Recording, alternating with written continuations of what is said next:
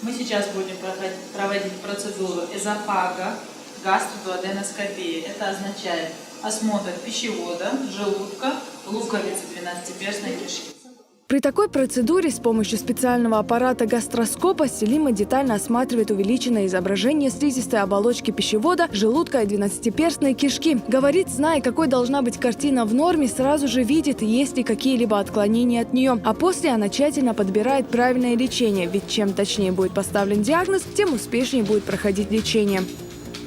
В нашем отделении проводится, помимо этой процедуры, проводится колоноскопия. Это значит осмотр толстого кишечника, всех его отделов. Также мы делаем бронхоскопию, диагностическую бронхоскопию, санация, биопсии. Берем смывы, бронхоскопические смывы на атипичные клетки, на чувствительность к антибиотикам. Вот. В нашем отделении проводятся тесты на хеликобактер, то есть определение микроба из желудка, чтобы во время процедуры не ходить потом отдельно сдавать анализ крови, а сразу непосредственно во время осмотра на цитологию берем, сколько по времени это длится. Селима всегда старается создать комфортную психологическую обстановку для своих подопечных. Кроме того, она тщательно следит за самочувствием пациента, как во время процедуры, так и после нее. Худящая, моя.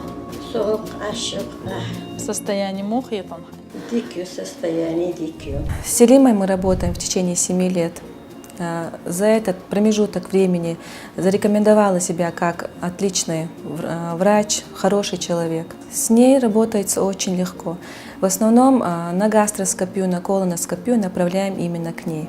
В этой сфере Селима работает уже 10 лет. Говорит, что свой взгляд на медицину обратила только в старших классах. Повлияли на ее судьбу родители, которым она благодарна, ведь они подарили ей эту жизнь, в которой она нашла свое место.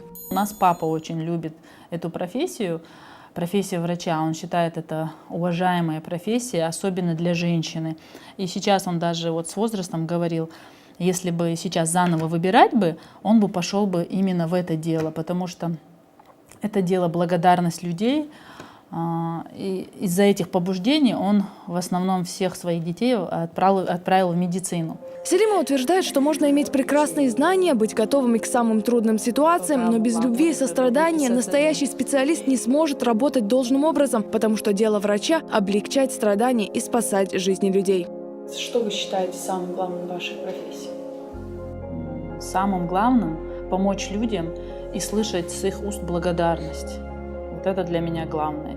Когда особенно бывает люди благодарят со слезами на глазах, у меня аж мурашки